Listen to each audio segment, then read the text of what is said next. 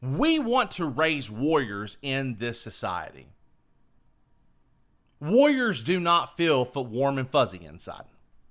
Warriors do not get a piece of plastic that says, I participated in this. Oh, gosh, that makes me so sick whenever we have participation trophies. It is like, no, I don't want my kid to get one. So what I want us to do is I want us to prepare our daughters and prepare our kids as a society to go through and know how to handle future roadblocks. Teach your children how to persevere. Once again, teach your children how to persevere.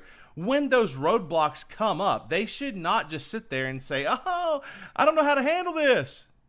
Get out there and teach your kids how to handle it. Teach your kids not only that they can complain about something, but teach your kids not to complain about something unless they have or are offering a solution in order to fix it. That right there is one of the things that just crawls all over me. If you're going to complain about something, offer a solution. If you are not offering a solution, do not complain about it.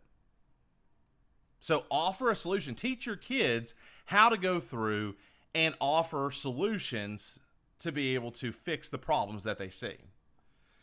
One of the other things that I think that's super important for us to do as fathers is for us to admit our mistakes to our kids. Let me say that again. I want you to be able to admit the mistakes that you make to your kids. This is something that as educators we do often. Like if there's something that a teacher goes through and they're like, you know what, I messed this up. Like, hey, like tell your kids like this. You look, I messed this up. We're gonna have to fix it. There was a story from one of the greatest teachers that I believe has ever walked the face of this earth. I'm not talking about Jesus. I'm talking about this other lady that I actually met a few years ago. But her name was Rita Pearson, and she talked about how she had done this entire math lesson about ratios wrong, and she taught the whole thing wrong.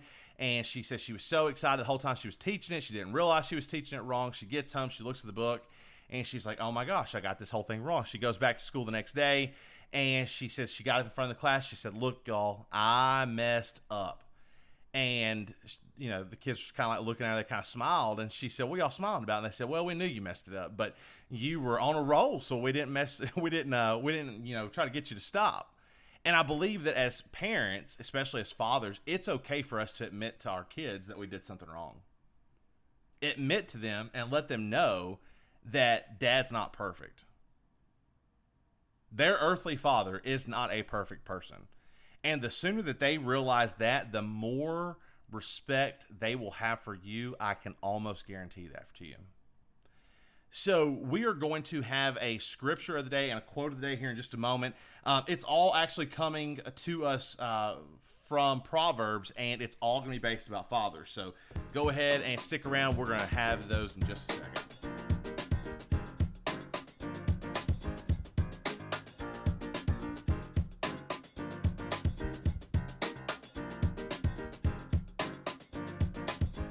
All right, so your scripture today, Proverbs 23, verse 24. The father of godly children has cause for joy. What a pleasure to have children who are wise. Once again, that's one of those reasons why I'm praying for wisdom for my girls. And then your quote of the day is coming from the great Harper Lee. She did not stand alone, but what stood behind her, the most potent moral force in her life, was the love of her father. That's a strong quote right there. I can assure you that with being a father of girls, I want my girls to know that I will always stand behind them. Even whenever they're wrong, I will stand behind them. I will be there to try to help pick them up and put them in the direction that they need to go. I will not always back them up, but I will be there to stand behind them. And one day, they will go off, and they will not need daddy to stand behind them. But I can assure you, fathers out there, if you can show your daughters and your sons that you are going to stand behind them and that you are going to pray for them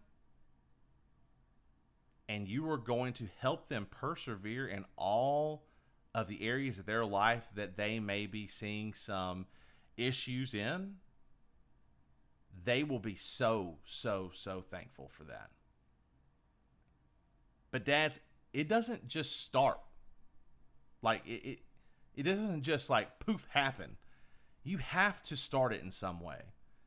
And that's why the play portion of this whole episode was so important. Go out there, build those relationships with your kids. Don't be the dad that never calls and never does anything for their kids or comes home late and doesn't see their kids. I'm not trying to shame you. I just want you to know how important that it is for your kids to see you involved in their lives. Because that truly is the difference maker in what type of child you will raise. So go out there, play the games with your kids. Even whenever you're tired and you feel like you've done all the work that you possibly can, I will be the first one to tell you, there are times whenever I get home from working all day long, a lot of times I get home late, and, my little girl, she wants to ride on my back. She wants me to be a horse. She wants me to, gallop around the house. And that is the last thing that I want to do sometimes. But I know how much it means to her. And I also know how important that it is to be the father that does those types of things. So I encourage you, if you're not doing these types of things and these activities with your kids, try to make some time for that. Even if it's once a day or once a week, let the kids know that you love them.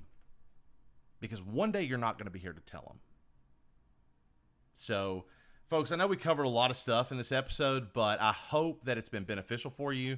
If you don't care, please go through, rate this podcast on wherever you go through and you get your podcast, and leave us a like, share it with some of your friends. Until next time, folks, God bless. Have a great day.